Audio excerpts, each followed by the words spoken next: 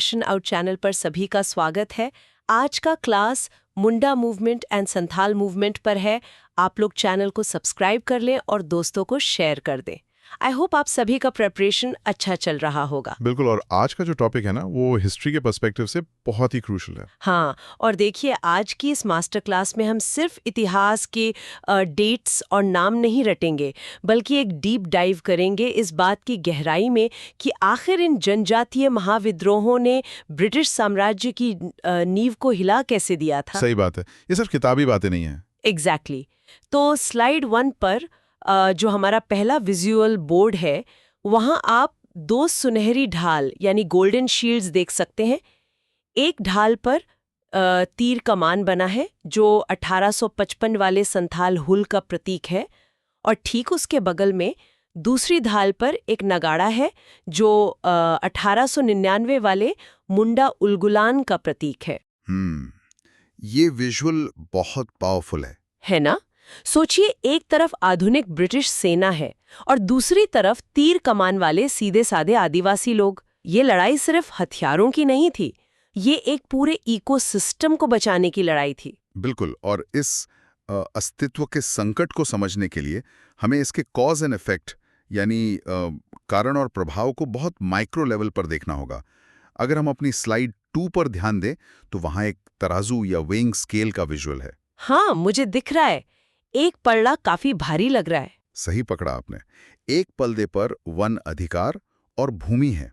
देखिए, एक आदिवासी के लिए जंगल सिर्फ पेड़ नहीं होता, वो उसका बैंक है, उसका सुपरमार्केट है और उनकी आइडेंटिटी है। लेकिन दूसरा पल्ला भारी इसलिए है क्योंकि वहां ब्रिटिश ताज, जमींदार और महाजन बैठे हैं। ब्रिटिश नीतियों ने इस सदियों पुराने बैलेंस को पूरी तरह तबाह कर दिया था। पर यहाँ एक सवाल उठता है मेरे दिमाग में। कंपनी तो वहाँ बेसिकली रेवेन्यू वसूलने आई थी ना, तो उन्होंने एक चलते फिरते इकोसिस्टम को जानबूझकर क्यों छेड़ा? देखिए, समझना होना एक बात है, लेकिन उसको सिस्टमैटिकली निचोड़ना वो दूसरी बात है। दरअसल 1793 में ब्रिटिश एक नया कानून लाए थे, परमानेंट सेटलमेंट। अच्छा। स्थायी बंदोबस्त। हाँ। इसने जमीन को एक खरीदने बेचने वाली कमोडिटी बना दिया। जो आदिवासी सदियों से जमीन के मालिक थे, वो अचानक से किराएदार बन गए। उन्हें अब कैश में लगान चुकाना पड़ता था। और उनके पास तो कैश होता नहीं था क्योंकि उनका तो बार्टर सिस्टम चलता था। एग्जैक्टली। तो कैश के लिए उन्हें जाना पड़ा महाजनों के पास, और यही महाजन और जमींदार एक इन्वेजिव स्पीशीज या कहें तो पैरासाइट्स की तरह इस नए इकोसिस्टम में एंटर हुए। बाहरी परजीवी जो खून चूसने लगे। बाप रे, ये तो सीधे उनके आत्मसम्मान पर हमला था। बिल्कुल था। तो इस इकोसिस्टम के विनाश का जो सबसे पहला बड़ा विस्फोट हुआ ना दोस्तों, वो संथाल हुल के रूप में सामने आया। स्लाइड 3 पर हमने कुछ हिस्टोरिकल फोटो फ्रेम्स और नाम पट्टिकाएं लगाई हैं। इसे भारत की प्रथम संगठित जन क्रांति भी कहते हैं, जिसकी शुरुआत 30 जून 1855 को भोगा नदी गांव से हुई थी। हाँ, भोगा नदी गांव, वहीं से शुरुआत हुई थी। यहाँ आप विजुअल में इनके नेतृत्व का एक बेहतरीन टीम कोऑर्डिनेशन देख सकते हैं। सिद्धू मुर्मू इसके प्रेरणा स्रोत थे, कान्हू मुर्मू स्ट्रैटेजिस्ट थे और चांद और भैरव सक्रिय योद्धा थे। इनका कोऑर्डिनेशन वाकई अमेजिंग था। लेकिन सबसे इंस्पायरिंग नाम जो मैं यहाँ हाईलाइट करना चाहती हूँ, वो इन प्लैक्स पर लिखा है, फूलो और झानो। ये दोनों वीरांगना बहनें थीं जिन्होंने दुश्मन के कैंप में भेस बदलकर घुसकर आक्रमण किया और शहादत दी। वाओ, ये बताता है कि जब जुल्म हद पार करता है तो हर जेंडर लड़ाई में कूद पड़ता है। एग्जैक्टली। और आपको पता है, इस कोऑर्डिनेशन के पीछे एक बहुत ही गहरा साइकोलॉजिकल एंगल भी था, जिसे हिस्ट्री बुक्स अक्सर इग्नोर कर देती। हाँ। वो क्या था? सिद्धू मुर्मू ने एक घोषणा की थी कि उन्हें ठाकुर बोंगा यानी उनके सर्वोच्च ईश्वर के दर्शन हुए हैं और ईश्वर में खुद उन्हें गुलामी से मुक्ति का आदेश दिया है। ओह, यानी एक डिवाइन मैंडेट। हाँ, एक डिवाइन मैंडेट। जब किसी मूवमेंट को ईश्वरीय आदेश मिल जाता है तो एक आम इंसान की साइकोलॉजी बदल जाती है। उसके अंदर से मौत का डर बिल्कुल खत्म हो जाता है। उन्हें लगता था कि गोलियां पानी बन जाएंगी। यही ऊर्जा थी जिसने उन्हें आधुनिक बंदूकों के आगे खड़े होने की हिम्मत दी। ये बहुत पावरफुल थॉट है, और यही ऊर्जा हमें स्लाइड 4 के मैप विजुअल में दिखती है। स्क्रीन पर राजमहल की पहाड़ियों का एक विशाल क्षेत्र दर्शाया गया है जिसे दामिनी कोह कहा जाता था। साहिबगंज से लेकर जामतारा तक का एरिया, राइट? हाँ बिल्कुल। और इसका इम्पैक्ट जोन देखिए, बिहार के भागलपुर से लेके बंगाल के बीरभूम तक इसकी आंच फैल चुकी थी। उसी मैप के बगल में लॉर्ड डालहौजी का एक बड़ा सा फोटो फ्रेम भी लगाया गया है। डलहौजी का पोर्ट्रेट यहाँ रखना बहुत आप्त है। बिल्कुल, क्योंकि सोचिए ये विद्रोह इतना भयानक था कि आम पुलिस तो बेबस हो गई। डलहौजी को मार्शल लॉ लगाना पड़ा वहां। एक सुपर पावर को एक ट्राइबल मूवमेंट रोकने के लिए अपनी सेना उतारनी पड़ी। और सेना के पसीने छूट गए थे क्योंकि संथालों ने अपने भूगोल यानी ज्योग्राफी को एज अ वेपन यूज किया। मतलब उन्होंने हिल्स और फॉरेस्ट का फायदा उठाया। हाँ, ब्रिटिश आर्मी को तो खुले मैदान में लड़ने की आदत थी, लाइन बनाकर। लेकिन Santhal hit and run tactics अपनाते थे, गुरिल्ला वॉरफेयर जैसा। अच्छा, यहाँ एक फंडामेंटल सवाल है मेरी तरफ से। हमने स्लाइड 5 पर एक विजुअल रखा है शोषण की सीढ़ियों का। आर्थिक शोषण की बात तो हम सब जानते हैं, लेकिन इस विजुअल के हिसाब से ये एक्सप्लॉइटेशन एक्चुअली मैथ्स में कैसे काम करता था? इसे एक फाइनेंशियल दलदल समझिए। बेस सीढ़ी को देखिए। महाजन 500% तक का ब्याज वसूलते थे। 500%? वेट, सच में? हाँ। अगर किसी आदिवासी ने बीज खरीदने के लिए 10 रुपए उधार लिए तो अगले साल वो 10.5 रुपए हो जाता था। फिर उस पर चक्रवृद्धि ब्याज यानी कंपाउंड इंटरेस्ट लगता था। फसल बेचकर भी कर्ज नहीं चुकता था। तो जब कर्ज नहीं चुकता था तो क्या होता था? उनको जमीन देनी पड़ती थी। जमीन तो जाती ही थी। फिर जन्म होता था कम्यूती जैसी प्रथा का। ओह, बंधुआ मजदूरी। एग्जैक्टली। अगर कर्ज नहीं चुका तो आप महाजन के खेत में बिना पैसे के काम करेंगे। जनरेशन आफ्टर जनरेशन लोग गुलाम बन गए। बाप रे, कितना सफोकेटिंग होगा। इसी शोषण ने इस आग को भड़काया था। स्लाइड 6 पर इस मूवमेंट की वोकैबुलरी को समझना जरूरी है एग्जाम्स के पॉइंट ऑफ व्यू से। जैसे पहला शब्द दामिनी को, जो संथालों का पहाड़ी क्षेत्र था। दूसरा शब्द है दीगू। दीगू यानी बाहरी लोग ना? हाँ, बाहरी शोषक, जमींदार, महाजन और अंग्रेज सब दीगू थे। लेकिन तीसरा शब्द बहुत इंटरेस्टिंग है, गिरोह। गिरोह दरअसल उस टाइम का कम्युनिकेशन नेटवर्क था।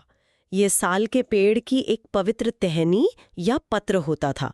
जैसे आज हम व्हाट्सएप ब्रॉडकास्ट करते हैं ना, वैसे ही गांव-गांव ये गिरोह भेजकर रातों रात लोगों को एकजुट किया गया था। सही कंपैरिजन दिया आपने व्हाट्सएप वाला। और चौथा शब्द हुल है, जिसका मतलब ही होता है मुक्ति आंदोलन। लेकिन दोस्तों, जो आग राजमहल की पहाड़ियों में लगी थी ना, वो बुझी नहीं। कुछ दशकों बाद लगभग 1899 में वही आग छोटा नागपुर के पठार में एक नए रूप में भड़की। और स्लाइड 7 पर हमारे पास एक सुंदर गोल्डन पिलर बना हुआ है जिस पर उस नए रूप का नाम उकेर कर लिखा है, बिरसा मुंडा। इन्हें लोग प्यार से और आदर से धरती आबा कहते थे, यानी पृथ्वी के पिता। बिल्कुल। और इसी पिलर के ठीक नीचे इनके मुख्य सेनापति गया मुंडा का नाम भी जोरदार तरीके से लिखा है। देखिए, बिरसा मुंडा की अप्रोच पहले के लीडर से काफी अलग थी। उन्होंने सिर्फ हथियार उठाने को नहीं कहा, उन्होंने समझा कि पहले अंदर की कमजोरी दूर करनी होगी। इसलिए उन्होंने बिरसाइट संप्रदाय बनाया। अच्छा, बिरसाइट संप्रदाय, इसमें क्या होता था? ये बेसिकली एकेश्वरवाद था। उन्होंने मुंडाओं को शराब छोड़ने और अंधविश्वास मिटाने को कहा। जब सोसाइटी इंटरनल रूप से स्ट्रांग हुई, तब उन्होंने अंग्रेजों के खिलाफ बिगुल फूका। और इस उग्र फेज को हम मुंडा उलगुलान कहते हैं। स्लाइड 8 पर हमने छोटा नागपुर का मैप दर्शाया है, जिसमें खुंटी, रांची, तामार जैसे एरियाज दिखाए गए हैं। उसी के पास एक तीर कमान और ढाल का विजुअल है जो इनकी छपामार यानी गुरिल्ला युद्ध नीति को दर्शाता है।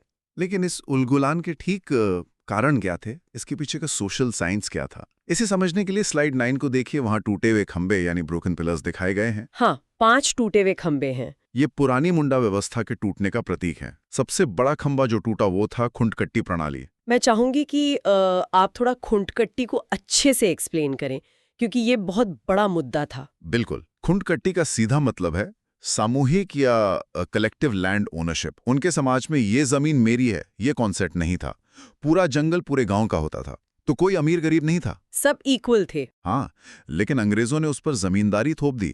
इंडिविजुअल नेम्स पर रेंट लगने लगा और शादियों का सोशल फैब्रिक टूट गया।